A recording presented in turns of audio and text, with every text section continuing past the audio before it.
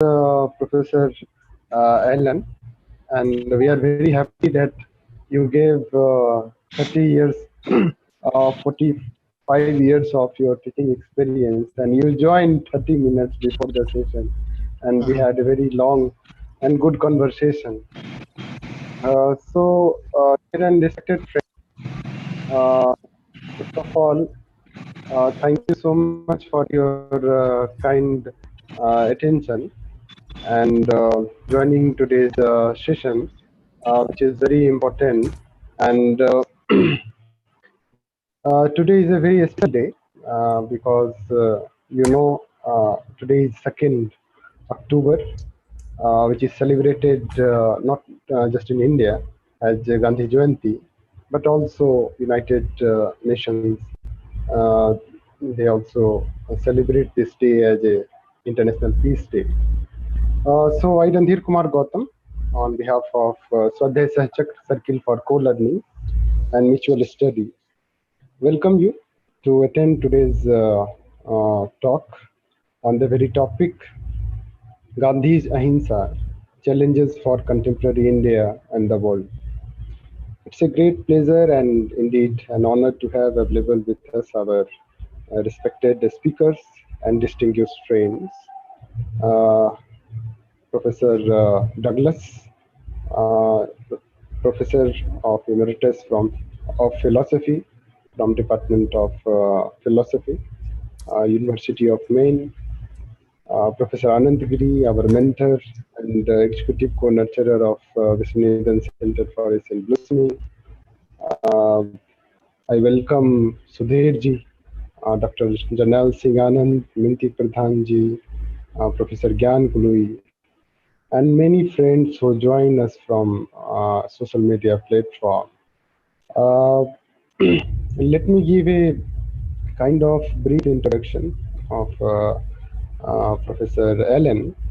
Professor Allen is one of the world's leading scholars of Gandhi's philosophy and practice of non-violence.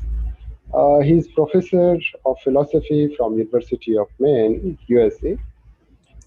He's a peace activist. He's a justice activist.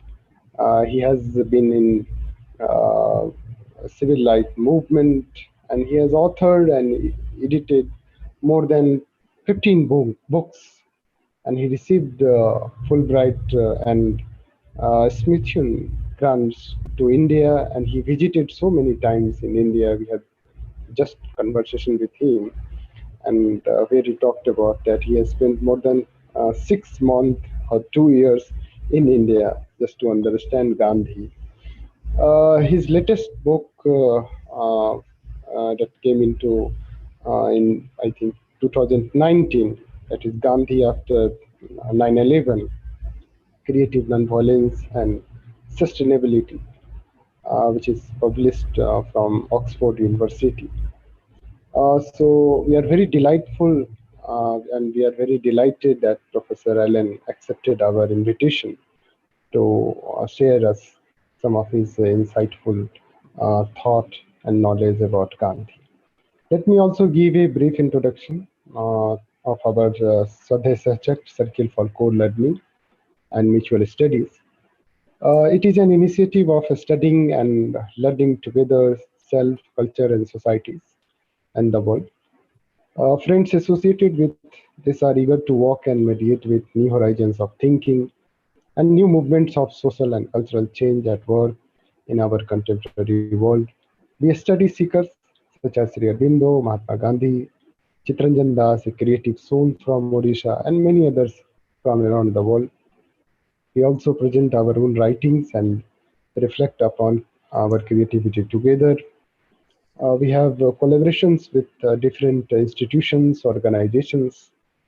This talk we have collaborated with Society for Communal Harmony, and Professor Anand Kumar will join as chair of today's session. So we welcome him also.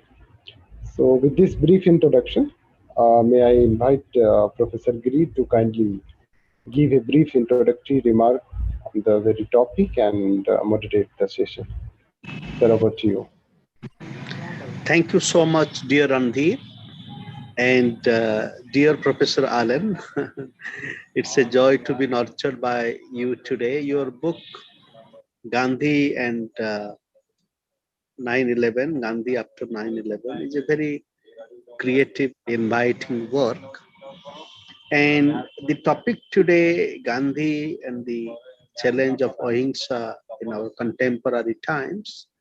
And remember, we also remember that this is also the time of Durga Puja, and where Ganesh Durga is killing Mahisasura.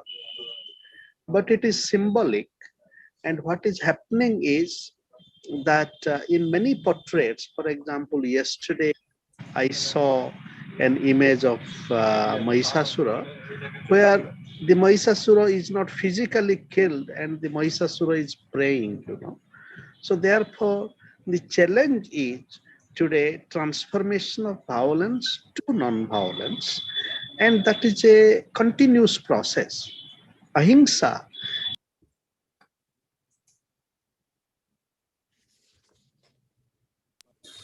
propensity to violence, ahimsa, non-harm, non-injury. So in a world full of violence, still we can plant many seeds of non-violence. And secondly, though the world seems to be saturated by violence, but in reality, many people, many of us, we would like to avoid violence. So therefore, let us build upon our quest for non-violence in the midst of many challenges that we have. And on this day, we take a resolve to embody non-violence in our thinking and practice. And tomorrow is also the birthday of Chitabhai Chittaranjan Das. And we are also celebrating our Foundation Day tomorrow. So there is a link from today and tomorrow. And we look forward to being enriched by Professor Allen tonight.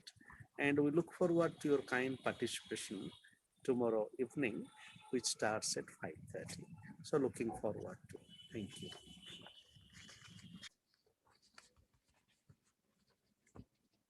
Yes, Professor Douglas, please Yes, enrich us. yes, and you can hear me clearly? Yes, yes, very loud and clear. Yes, so good evening and namaste. I want to thank the Center for Asian Blossoming and the Society for Communal Harmony for the kind invitation and honor of delivering this presentation on Gandhi Jayanti. Especially want to thank Professors Giri and Gautam for arranging my presentation. And I hope that my presentation will challenge you and serve as a catalyst for generating questions, agreements, disagreements, dialogue, and discussion. So Gandhi's Ahimsa challenges for contemporary India and the world. At the first, most obvious, simple level, Gandhi is best known and the most influential proponent of ahimsa. Gandhi accepts the Sanskrit etymology of ahimsa as no harm, no injury, usually translated into English as nonviolence. Some interpreters have argued against the term nonviolence, maintaining that Gandhi's no harm and no injury often involved the use of considerable violence.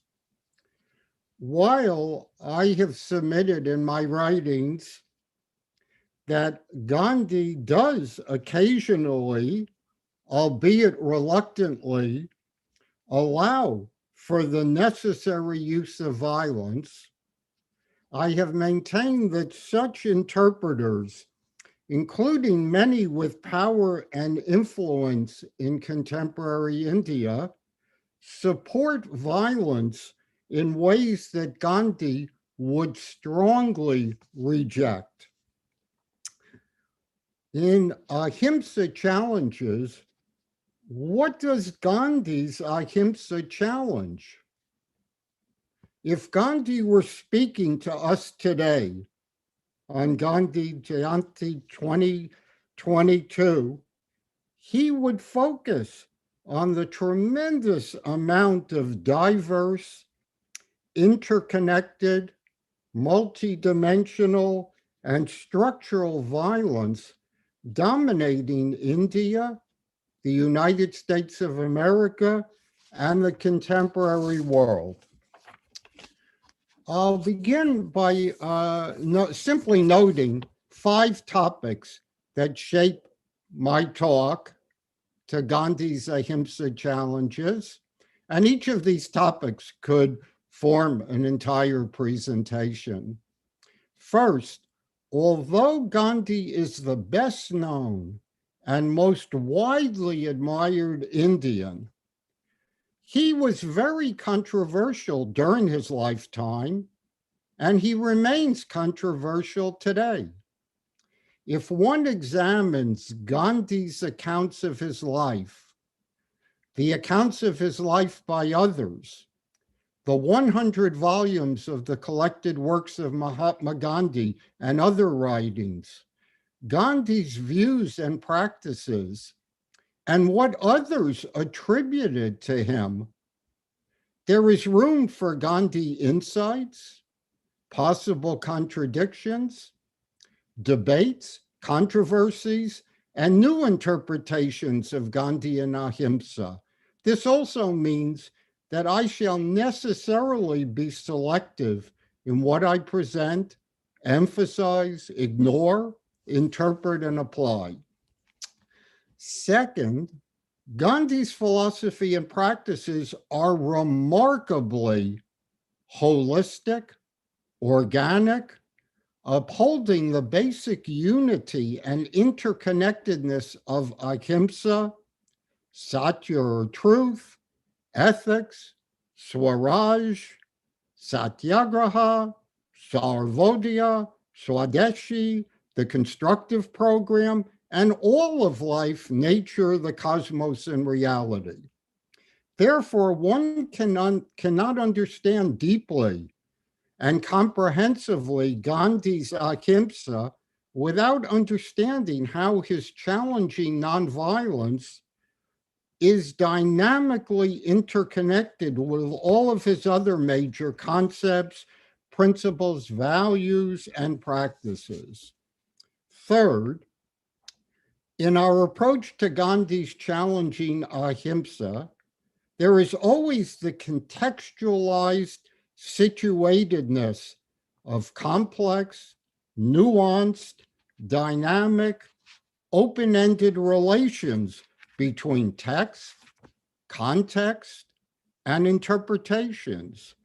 This was true of Gandhi's contextualized situatedness, shaping how he read, interpreted, and applied his understandings of ahimsa.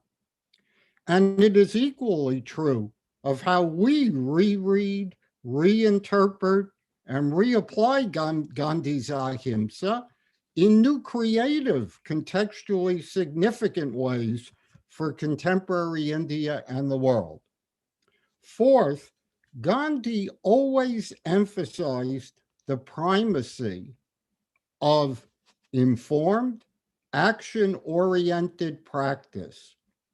Unlike many traditional Hindu, Jain, Buddhist, and other Indian philosophers, and many traditional Western philosophers, as well as many traditional theologians and other religious figures, Gandhi does not focus on some abstract, detached, essential theory of ahimsa. The theory of nonviolence is important, but only if it grows out of practice, provides an informed guide to transformative action, and is tested, verified, and falsified in terms of new practices. Fifth, Gandhi on ahimsa and other key topics is often interpreted, extolled, or rejected in misleadingly simplistic ways. Thus, supporters, devotees, and other admirers often present a Mahatma who offers us the perfect view of ahimsa. But just as during his lifetime, such Gandhi supporters tell us that he is too good for our world. We ignore his perfect message. And that is why we continue to have so much violence in India and in the world. Opponents of Gandhi also usually submit that Mohandas Gandhi claims that he has the absolute, decontextualized, perfect view of nonviolence, truth, and reality. But they then claim that such a rigid, uncompromising, decontextualized Gandhi offers us a false, inadequate message that is largely irrelevant for addressing our violent contemporary Indian world, and even worse, is a rigid, dogmatic obstacle for contextualized progress. In contrast, my approach to Gandhi's challenging ahimsa rejects both of these simplistic, misleading interpretations. So now I'll present and interpret a little on Mahatma Gandhi's ahimsa challenges in terms of violence and nonviolence and contemporary India.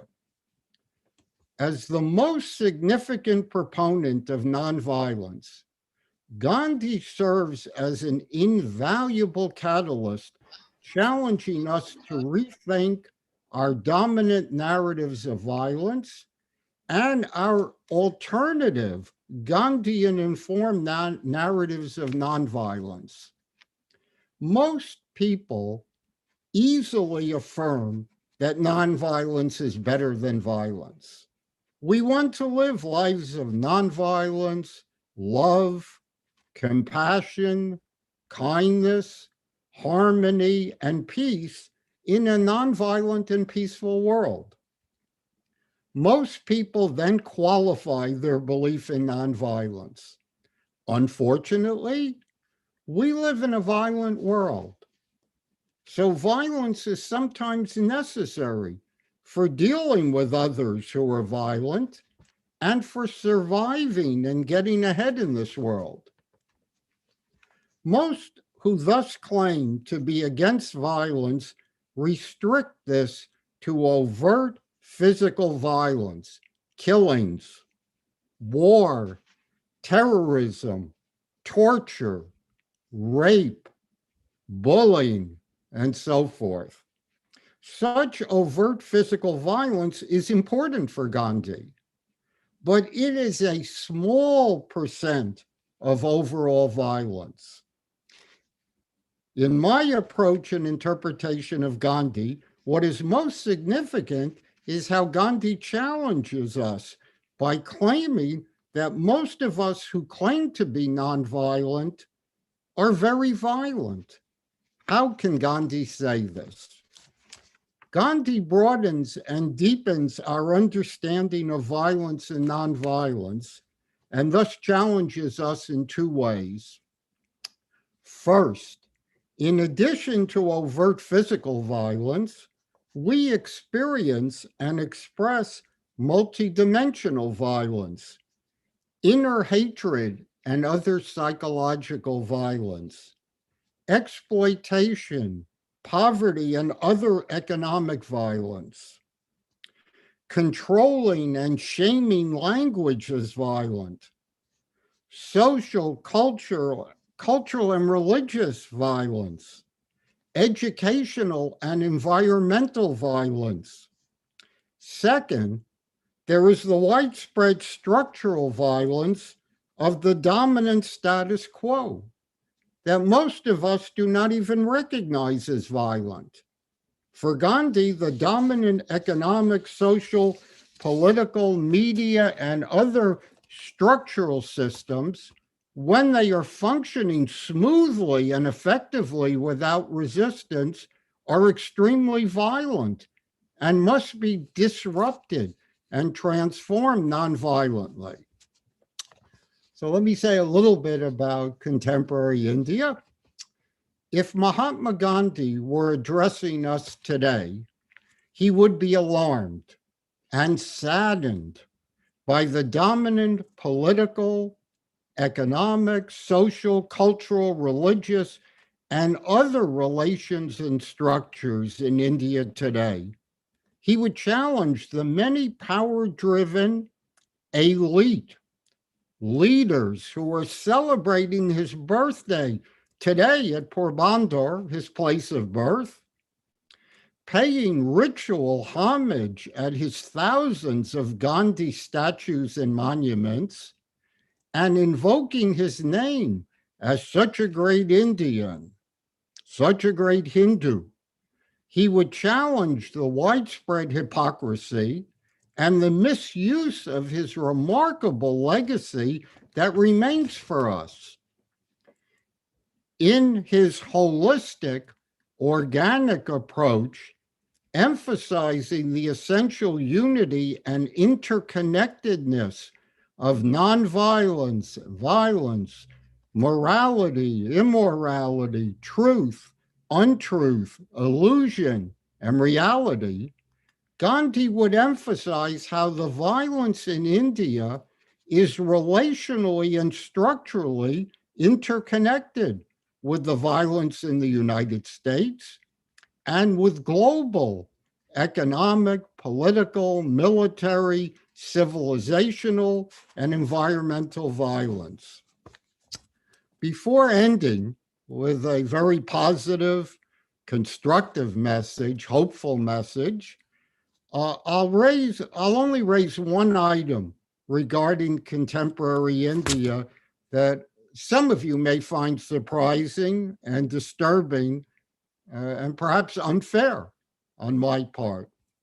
My observation may challenge views of the Ahimsa Gandhi who is comforting and does not want to trouble us with challenging disruptions of our desired state of peace. I have noticed this in India, the Indian diaspora, right? And elsewhere for many years. Recently, for example, I received a very enthusiastic, kind invitation for Gandhi Jayanti, inviting me to give a lecture, but indicating, please avoid in your talk, keep your talk completely apolitical and non-political. What many other invitations recently and over the years have suggested that I please avoid language using the adjective violent in describing India. What many Gandhians and other admirable Indians have repeatedly requested over the years is that I not use Gandhian language that challenges and may irritate those with great political power, those with great economic power, and other representatives of what Gandhi called modern civilization in Hind Swaraj that control the dominant non-Gandhian and anti-Gandhian narratives in India and throughout the world today. Sadly, many, including professors, editors, and journalists, many of whom I know and are dear friends and colleagues, they live under great fear and they embrace self-censorship. In other words, some, including those who often use Mahatma Gandhi's exalted name, lofty image, and inspirational slogans, would be more comfortable in advising Mahatma Gandhi, if he were here today, to please sanitize, weaken, and unchallenge your message to us so that it is not so strongly Gandhian. What do you think of that? I'd just like to end by indicating that Mahatma Gandhi's Ahimsa challenges for India and the world do not present us with the perfect blueprint, the perfect solutions to all difficult issues and crises, many of which I've just expressed. But what Gandhi offers us is of the greatest significance for our lives, India, and the world. Gandhi, in my view, primarily offers significant, theoretically informed, transformative practices, challenging us to broaden and deepen our consciousness, engage in action-oriented, moral, nonviolent, truthful resistance, and create Gandhi-informed contemporary alternatives.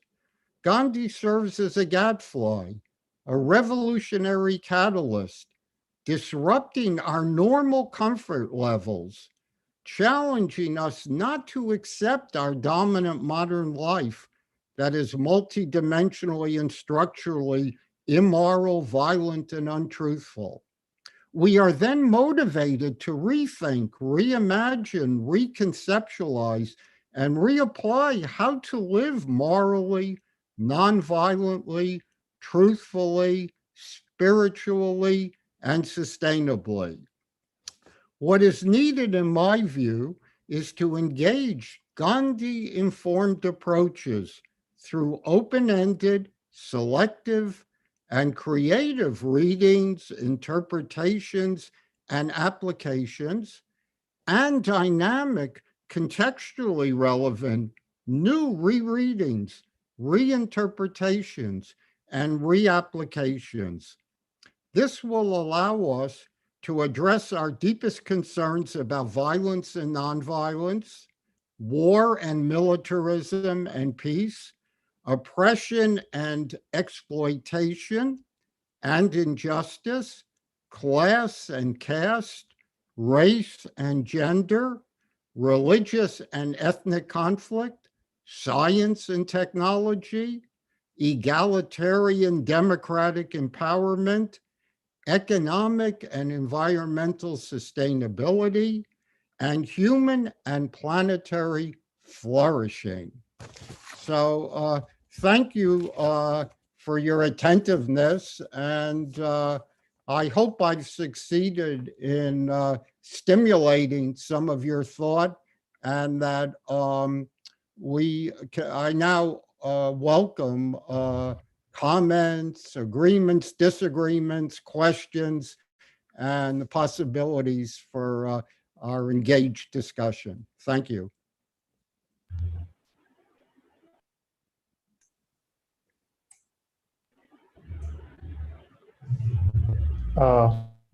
Thank you, Professor Allen. As always, your deliberation always invites a critical engagement and more engagement for that matter. And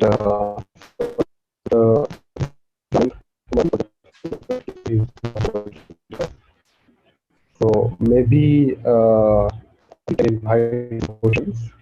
So first, I would like to invite Sudhir Gandotra to please share some of your comments or questions.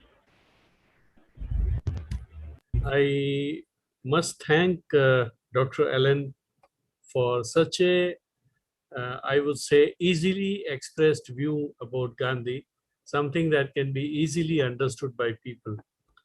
And I dare say that if people don't understand even this, then they have something wrong there to be corrected.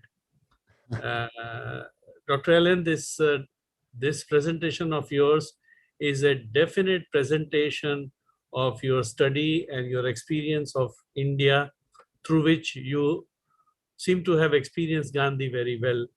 And it seems that Gandhi is internalized by you and Gandhi speaks through you. Thank you very much for your words. And I would suggest and request all the participants to put forward their views on how they understand this and what they understand. As one of the participants, I'm sorry, I forgot his name, one Mr. Singh, he spoke that violence is not only physical, and we said that violence has many forms, as Dr. Ellen also expressed. Broadly speaking, all the negative feelings that we have within us are internal violences that get expressed externally as external violence. Dr. Ellen also mentioned very rightly that what Gandhi has said may not be the best and the most detailed blueprint of solving the problems. And I would take it as this, that Gandhi had to live more longer to develop that blueprint. But definitely, I agree with Dr. Ellen that what Gandhi has given is more than enough to develop not only a blueprint, but also to solve the problems that the world is having today. Thank you again, Dr. Ellen. And I think let's open the floor for everybody to come with their views, Randir, as you decide. Thank you Yes, very much. thank you. I request respected participant to raise their hand, and I request Professor Douglas also to please note down all these questions, and we will invite you at the end of this session to explain all those queries. So may I invite Professor Gyan to it?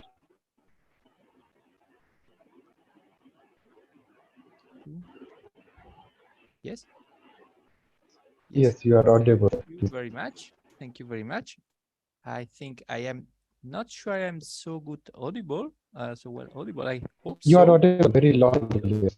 Thank you very much. I think it was really very interesting. I was looking my notices, and well, I think that perhaps a thing which most impresses me when I read, for instance, the discourses on Gita of Gandhi, it is Gandhi's insisting on the question of comprehension. That is, it seems that he considers as necessary, as indispensable, a way of comprehension of reality before going deeper in the world of action. That is, we have to understand that we are all Atman. That is, we have to understand, first of all, in my opinion, that we are born in a dimension of untruth, in the sense that we must be aware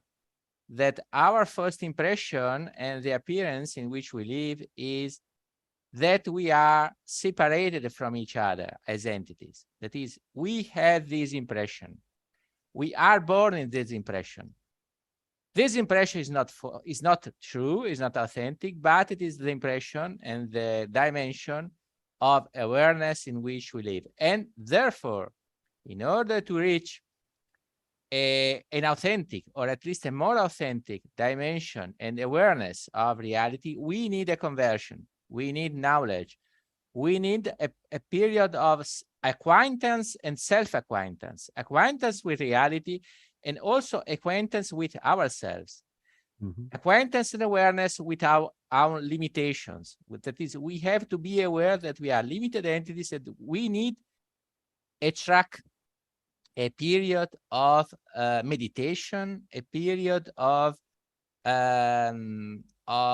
acknowledgement and the recognition of reality as it is. That is, this is, in my opinion, indispensable, at least as I read Gandhi. And I think that this, at least, is a first point which impresses me. Another point which, but I do not know whether I have get the sense of Gandhi. But anyway, I have the impression that sometimes it emerges in Gandhi a contraposition not so much between Western and India, but between ancient and modernity. That is, it seems that Gandhi says the problem of the contraposition between civilization is not so much, so to speak, British civilization and India civilization, but it is rather a contraposition between ancient civilization, whose concept of knowledge was science of truth, whereas science of truth means science of God. This is ancient civilization, no matter whether it is Western civilization or India civilization.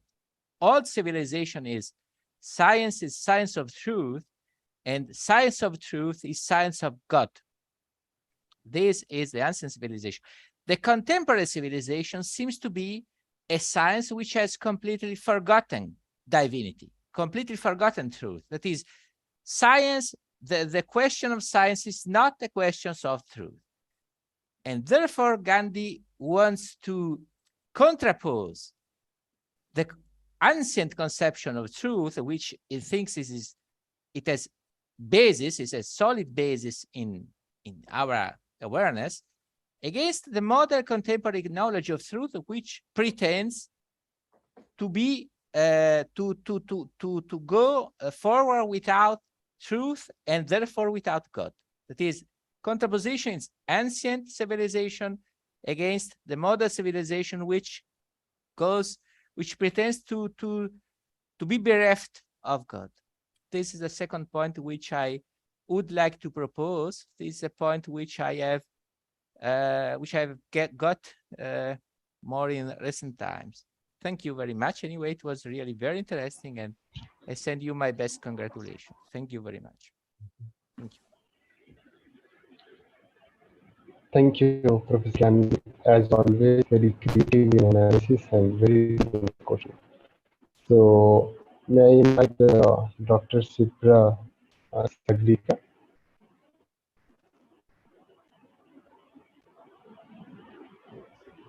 Yes. Good evening. Please.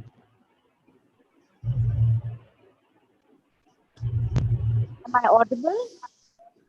Yes, you're audible.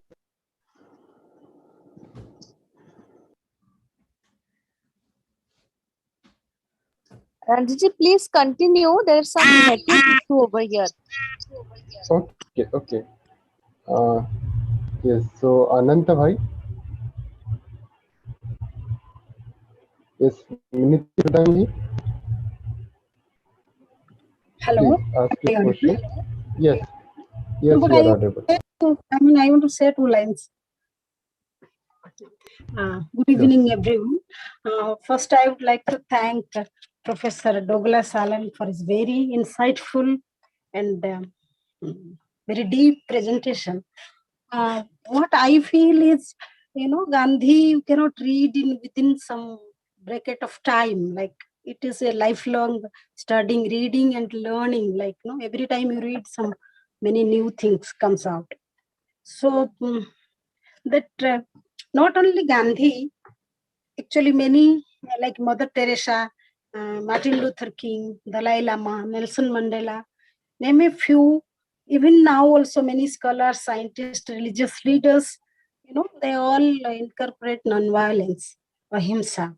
But the issue is now how the ahimsa challenges we take it and we practice in our daily life. How do we integrate the compassion into our daily life? That is the, that will refrain, as Sudhir Gandotraji was telling, that will refrain from the intention of causing physical and psychological pain to any living being. That conscious integration of compassion into every aspect of life, which is not only to the human being, it is not only the passive state of refraining from violence, it is not only to the human living being. Actually, it should we should present it to the way we earn living, we spend it, and our relationship with the humans, living being, even with our environment, and how we view the politics, business, and on the so-called development, what we call. So all these things, I just listed out few things how we can do. That is, maybe we can cultivate the seeds of positivism and lovely thoughts, and we can be refrained from anger. Then for that, anger management also has to be done. But every now and then, because of that mismanagement, we show violence in any form, like physically, verbally, with anything. That management has to be done. And one more thing I just want to say, some may agree or may not agree. One has to be a calm driver. When we drive on the road, many times we see the road rage, they take that violence comes out there itself. I have one article I had written, the curious case of road rage, where I just described, it's just a thank you how converted everything so smoothly, and there was no fight like that one. So that we can do, and we can take care of our mother earth. And mostly, many things we keep grudge, that only that slowly creates violence and things. So we can let it go. And yoga, meditation and all, everybody knows. But the thing is, now also we should learn how to resolve the conflict in a peaceful manner. And they, get involved in very non-violent initiative. So those are the things actually were my thoughts to share. And thank you. I don't have any question today. Thank you. Yes, so I request Professor Allen to respond all three questions, and then we'll Okay. invite some more curious questions. Okay. Thank you. You can hear me clearly. Yes? You can hear me clearly. Yes? Yes. Yes, yes, Okay. yes. Thank you. So those are many excellent comments, and I'll make some observations because they all were very important. Yes, I've devoted a lot of time to the Bhagavad Gita and to Gandhi's writings, interpretations of this, and it's for him the guide to life, the most important scripture. And so I'll just make a couple of challenging comments. It is correct, as the first speaker said, that for Gandhi, in approaching the Gita, we need to understand ultimate reality. And we have been born into a world of untruth, right? And what we need to do is to realize that we all are Atman and so forth.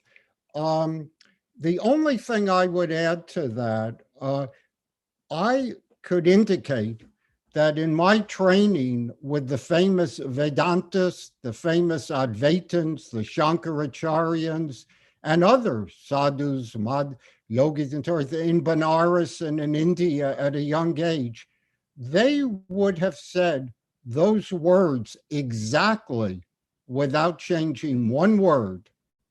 And so that's how I learned Indian philosophy, namely, we are born into the world of the karmic world, the world of Maya, the world of illusion, the world of that which is not. But that's what comes first, that untruth. And so what Indian philosophy is about is uncovering, sublating, canceling that illusion so that we can experience the Atman, Brahman, the ultimate reality, and so forth. So that what I would simply add is that most of the traditional Advaitins, Vedantists, and others I studied with were actually quite different from Mahatma Gandhi. And Mahatma Gandhi challenges their orientation. So I think it's important to think about that, about what is different about Gandhi's approach from much of traditional Indian philosophical and spiritual approaches, and why Gandhi is really, there's something innovative and creative about how Gandhi appropriates much of traditional Indian spirituality. The very interesting comment then about the dichotomy, that it's not so much between Western and Indian, but it's a dichotomy between ancient India and modern civilization. And Gandhi expresses this most clearly in Hind Swaraj. And you're right, there's an absolute oppositional dichotomy. Ancient India, for example, is the civilization, the kingdom of God, the kingdom of God. Ancient India settled stuff always through nonviolence, was moral and so forth.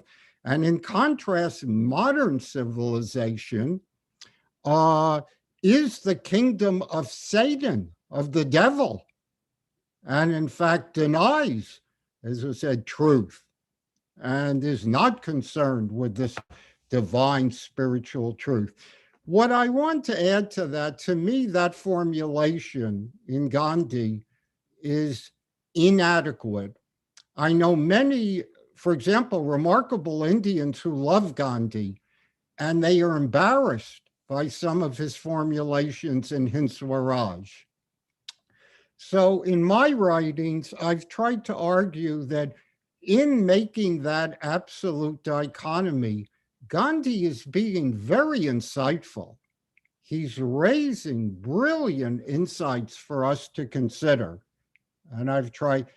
On the other hand, if you take what he's saying literally, it's inadequate. And I could give endless examples of in Gandhi. Gandhi himself, despite those idealized formulations, which often have to be contextualized, the dialogue there, what's happening in India at the time with British colonial rule, the kind of shaming Indians for being uncivilized, superstitious, idol worshippers, and so forth. Gandhi is challenging all of that. But if you read thousands of pages of Gandhi, Gandhi realizes that ancient India is not such a perfect place. And there is violence, there is backwardness, there's caste oppression, gender oppression, lack of hygiene, lack of all kinds of things that Gandhi wants us to consider. And Gandhi himself uses the printing press. When Gandhi almost dies, he is willing to have, with his appendix, modern medicine in the hospital operate on him. So Gandhi, it is very important to present Gandhi's critique and his alternative to modern civilization. But I think it's important, modern civilization is concerned with truth. To say it has no concern with truth is not adequate. But a modern materialistic, reductionistic, modern science reduces truth in very impoverished and inadequate ways. Okay, so that's just some things to reflect on. The second speaker, Professor Menotti, I thought made some really interesting points, and development. I'll just say a few things. Development, and I've written a lot on this. Gandhi is concerned with development, but Gandhi's revolutionary challenge is that our modern scientific, technological, materialistic, corporatized, and so forth, militarized views of development in terms of acquiring wealth, exploitation, increasing capital, domination of all of life, human and non-life, and nature. For Gandhi, this is lack of development. It is lack of, we are very undeveloped. So Gandhi proposes a paradigm shift, a radically different view of development that has to do with nonviolence, cooperation, harmony, what is necessary, sustainably necessary, what is necessary to realize true happiness. Okay, so I think that's very important.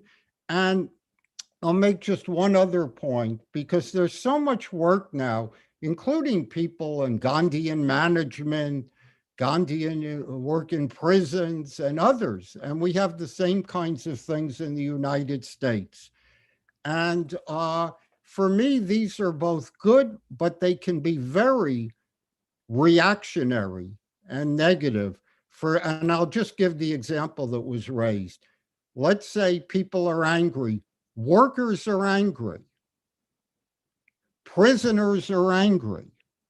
Now, there are certain approaches here that say we can use Gandhi to kind of defuse the situation, which is dangerous, which is violent.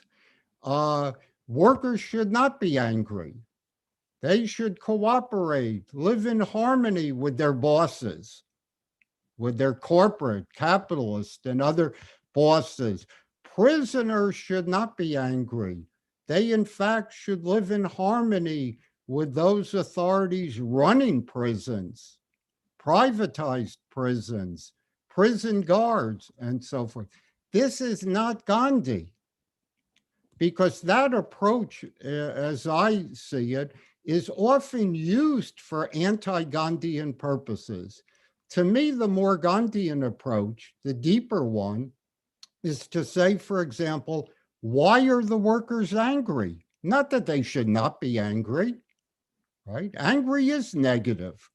Anger is usually destructive, self-destructive, and destructive of others. But anger can be, in a limited way, constructive in motivating people to struggle against injustice, exploitation, oppression.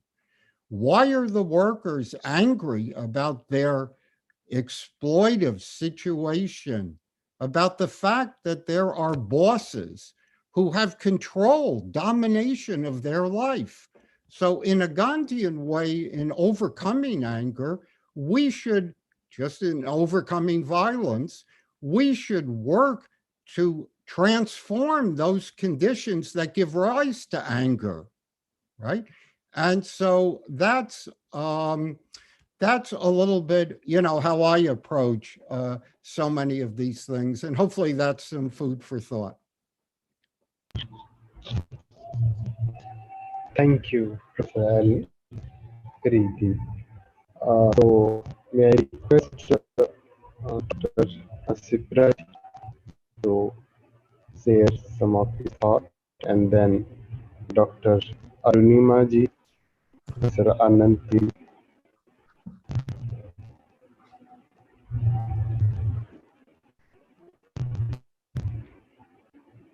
Yes, Akshay. Yes, please ask your question. Very good evening. Am I audible, sir? Yes. Yes, Am I you are audible? audible. Yes. Yes. Sir, once again, sir, very good evening, and I wholeheartedly thank the resource person for a very insightful presentation about the challenges the modern India is facing as far as Mahatma Gandhiji's ahimsa and other principles are concerned. Sir, it was really it was really full of very wise inputs, sir. Thank you. Sir, I would like Thank you. to share my experience. You just now mentioned about the conflict between the workers and the managements, and also you mentioned about the violence which is happening within the houses. And as you rightly said, it is no more a godly India, you know. So in the ancient India, there were gods, and that kind of description is there. But in the modern India, you said that I really appreciate the words that you use, that it is a satanic world, right? Mhm. So, of course, because we all follow Gandhian philosophy, and I'm myself the founder of 3 forums, that is Igniting Minds, which is inspired by our missile man, that is Dr. Abdul Kalam ji, and Sanjeevani for the upliftment of the girls from the underprivileged communities. And the third is Helping Hands Foundation for helping the youth to handle and address their problems. So I'm myself the founder of these 3 forums. So I also do lots of webinars within my state, as well as across India and at global level, to make people aware about the problems, the challenges, and how they have to handle them. Since you are a very senior Yes. thinker and a presenter, I request you to please, can you throw some light on what would be the solutions to the modern malady or the modern India, the problems that it is facing within the house as well as at the work front, like violence in the house between families, between husband and wife is rising. If you see the research, divorces are rising, juvenile delinquencies, unfortunately, is also, growing, as well as the conflicts at work level. So we see people are indulging into quiet quitting. You must have heard this term, quiet quitting. And people are so unhappy. Suicides are happening in IT sector and everywhere. So what would be some solutions that you would like to Yes. offer? Thank you, Akase. Thank you. Thank you, sir. I can see one hand also, but it is not their name is not there. Yes, please ask your question. Unmute yourself and ask your question. So can I ask? Yes, yes, please. So I just now put forth my question. Was it not audible? Oh, I heard. That was audible, no problem. Okay, sir, and I wanted to request you, can you please text the Vishwaneet sir, the link of the website of Communal Harmony Okay, Societies, okay. please? Yes, sure. We'll send you. Yes, I can see one raised hand. Yes, please ask your question. Randhir, thank you so much for allowing me to Namaste. interact. I appreciate all your webinars and seminars. They're like oxygen in a world that is very polluted. So these seminars are really something I look forward to. I also really do appreciate Professor Allen's thoughts on Gandhi and Professor Gandotra's thoughts as well. I have a personal conflict always in my mind whenever Gandhian philosophy is brought up. I heard Professor Allen say that he is very much into the Bhagavad Gita and has studied the Indian philosophy in depth. And I'm just curious as how you would personally, in your own mind, reconcile Lord Krishna's words to,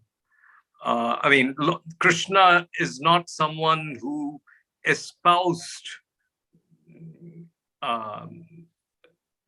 ahimsa on the battlefield. Okay, so he said we must do our duty that presents itself at any particular time. And I think ahimsa is a concept for me. I mean, I'm trying to resolve this in my own mind. I'm not saying this is the way it should be. I'm just saying I'm trying to understand it. Ahimsa is a concept that's ideal. And Gandhi was ideal. I mean, would he have, would his policies or would his ideas have worked against a Hitler? I mean, this question you've probably been asked several times. Hitler, a Mussolini, or a Genghis Khan, would he have been successful in such encounters? It's because the British, who were getting tired of being in India, and they were at the end of their tether when it came to having, came to leaving India, that they actually left. He proposed some ideals that were gold, yes, but are they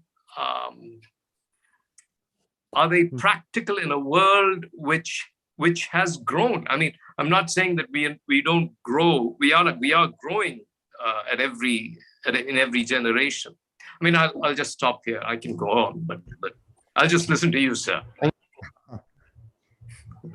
One more I can see here. Pragati Sachan. Yes, please ask your question. Good evening, everyone. Am I being audible? Yes, you are audible. Thank you, sir. So, in my perspective, violence is not only inflicted on others, but also on ourselves as well by us. Kindly explain how can we use Mahatma Gandhi's ideals to subdue violence on ourselves as well. Thank you. Mm-hmm.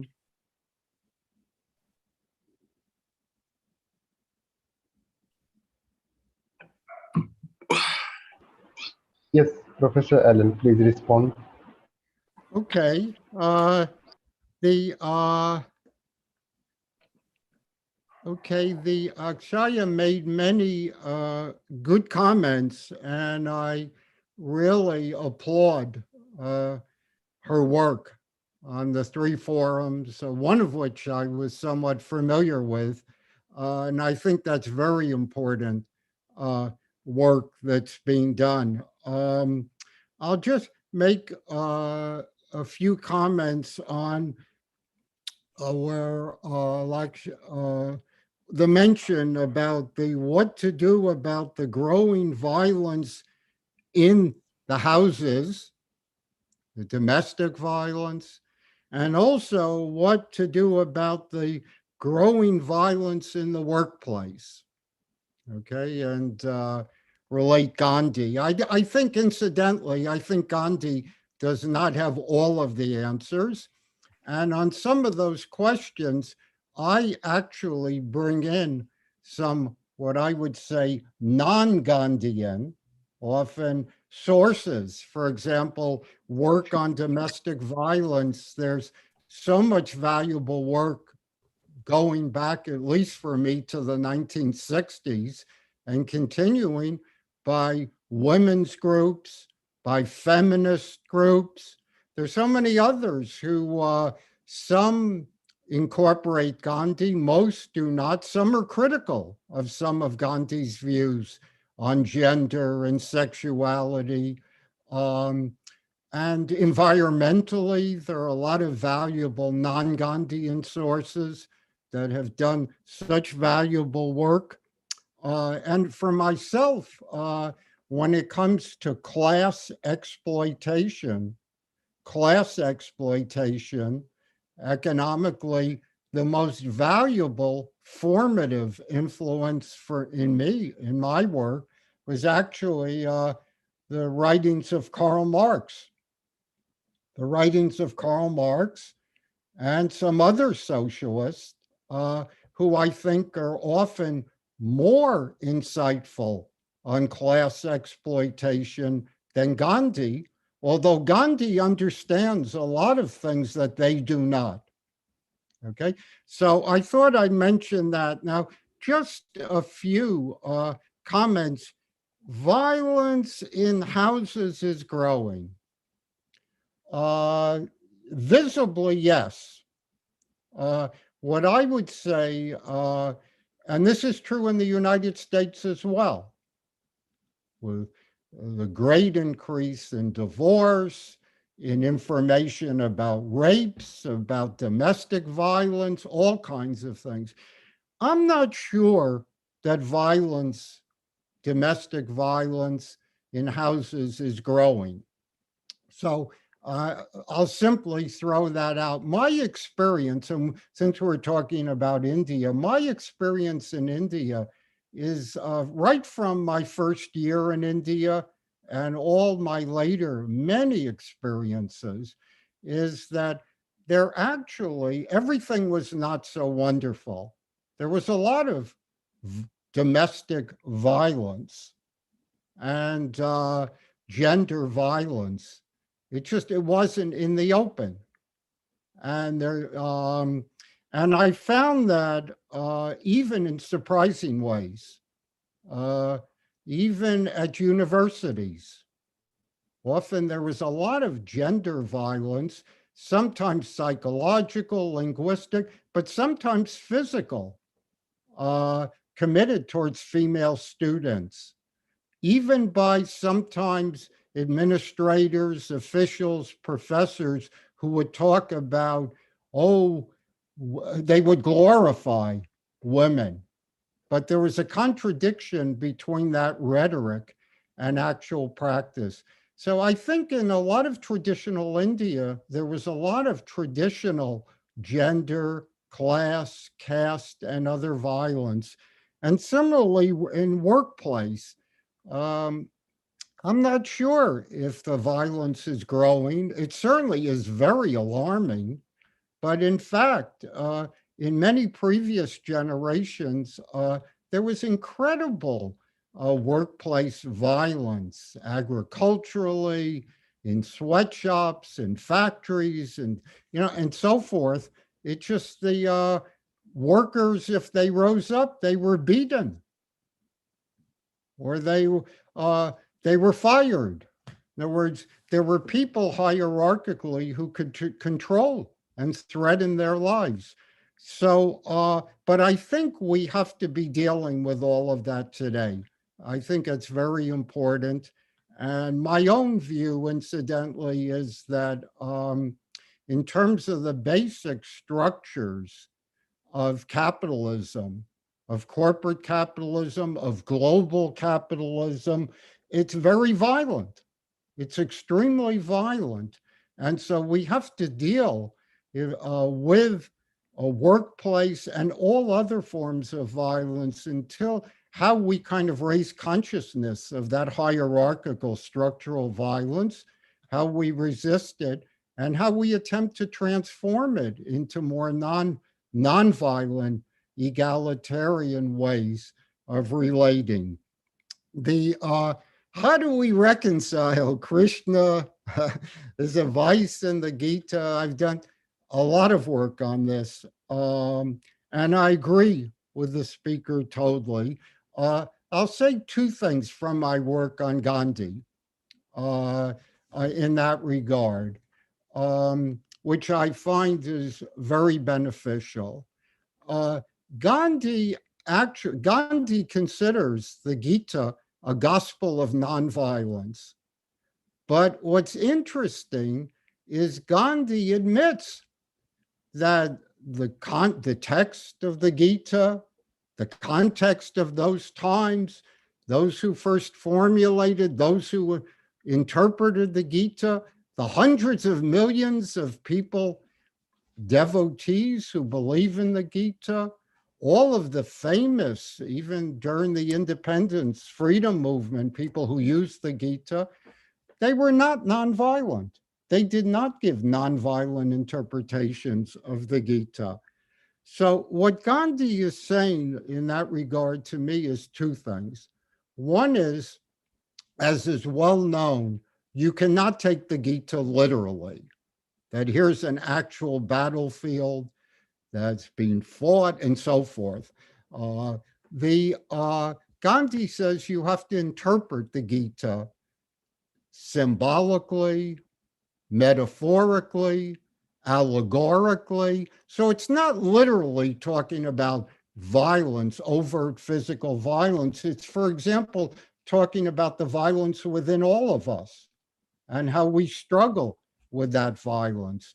So a lot of people have done, realize, and Gandhi says if you take the Gita literally, we're finished, right? He says. So the more interesting interpretation I have focused on, or at least how I've read it, is Gandhi makes a profound hermeneutical move. And what Gandhi says is the Gita at earlier times was not nonviolent. The Gita has such profound moral, spiritual insights and teachings that we can learn from. But the Gita was not a nonviolent text. So how can we interpret it as a gospel of nonviolence? It's because in terms of the violent world that we are living in, we are co-authors, co-interpreters, co-appropriators of the Gita. As Gita is not something fixed, absolutely fixed. It is part of a dynamic process, a developmental process. The Gita is nonviolent because we can interpret it nonviolently today, because that is its most desperately needed and profound message for us. And the other point, wow, that great point, is about ahimsa. How do you use it against a Hitler rather than the British? So I've spent so much time working on those, including 9/11. And when I came to India, really, it was weeks after the Mumbai terrorism.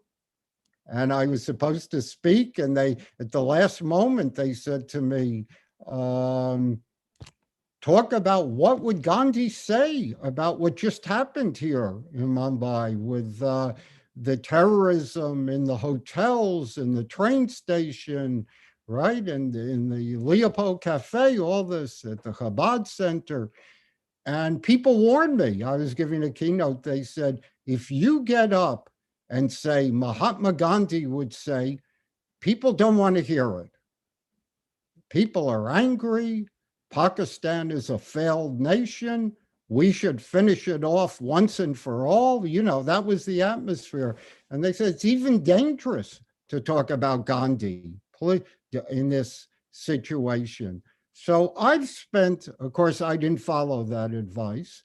And I have spent a lot of time, I'll say Gandhi's, because to me, you have to be selective. Gandhi's advice about, regardless how one interprets his intent, but his letters to Hitler, his advice to Jews facing genocide, to me, it was at best ill-informed.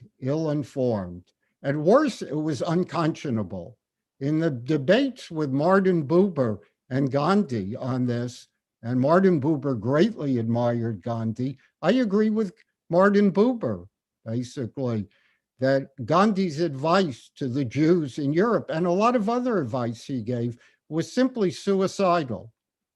It was, there was no witness, no one to bear witness. There was no chance of this self-sacrificing, I'd rather die than stand up with violence. This was totally inappropriate. So the only other thing for me, Gandhi, you have to reinterpret Gandhi. Gandhi is very creative and insightful in how to deal with terrorism, how to deal with these situations where there is no nonviolent alternative.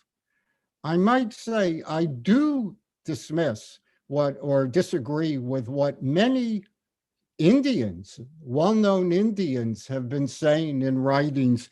Namely, the importance was that Gandhi was dealing with the British, who in some way were civilized, were tired, wanted to leave. I think that is false. and it's a false view of what British imperialism, British colonialism was like. And the millions and millions and millions of Indians who died, humanly preventable diseases because of British imperialism. So I think it's important not to overdo that the British were so civilized. In dealing with Indians, they were not very civilized, right? And finally, in my approach, in some of these most difficult, they're the most difficult cases for Gandhi, in which there is no ahimsa alternative. In my approach, Gandhi has hundreds of passages in which he says some violence may be necessary. He even talks about when killing can count as ahimsa. So what Gandhi is saying, 99% of the time that we are violent, we have nonviolent alternatives. But there are some of these contextual, impossible situations where there's no nonviolent alternative. He writes what to do about menacing monkeys, what to do about rabid dogs, about the person with a weapon who's mentally imbalanced and is killing people, right? Or I would extend what to do about the rapist who's actually raping people. So in that situation where Gandhi to me is relevant and significant, it's that in those situations, regrettably, violence may be necessary because it's the most nonviolent thing we can do. But never glorify the violence. What you do when you're violent is not noble. It's not great. It's tragic. It's tragic. It's an indication of our failure as human beings, of human civilization, that we find ourselves in these impossible situations. So when you are violent, uphold the ideals of ahimsa, of nonviolence. What that means is limit your violence.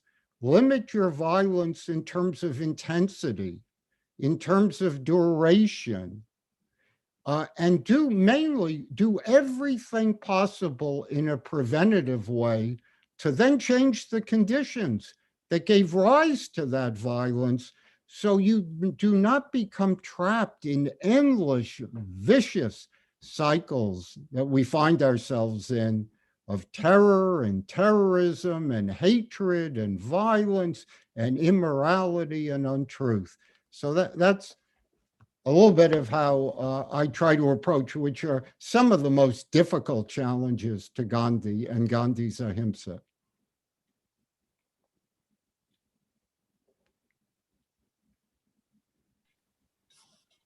So thank you, sir.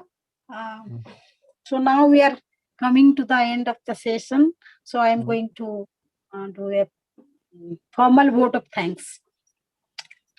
I, Minati Pradhan, on behalf of Shraddha Sahachakra, Vishwaneedam Center for Asian Blossoming, and the Society for Communal Harmony, I would like to thank our chief speaker, Professor Douglas Alam, for his very insightful and deep presentation.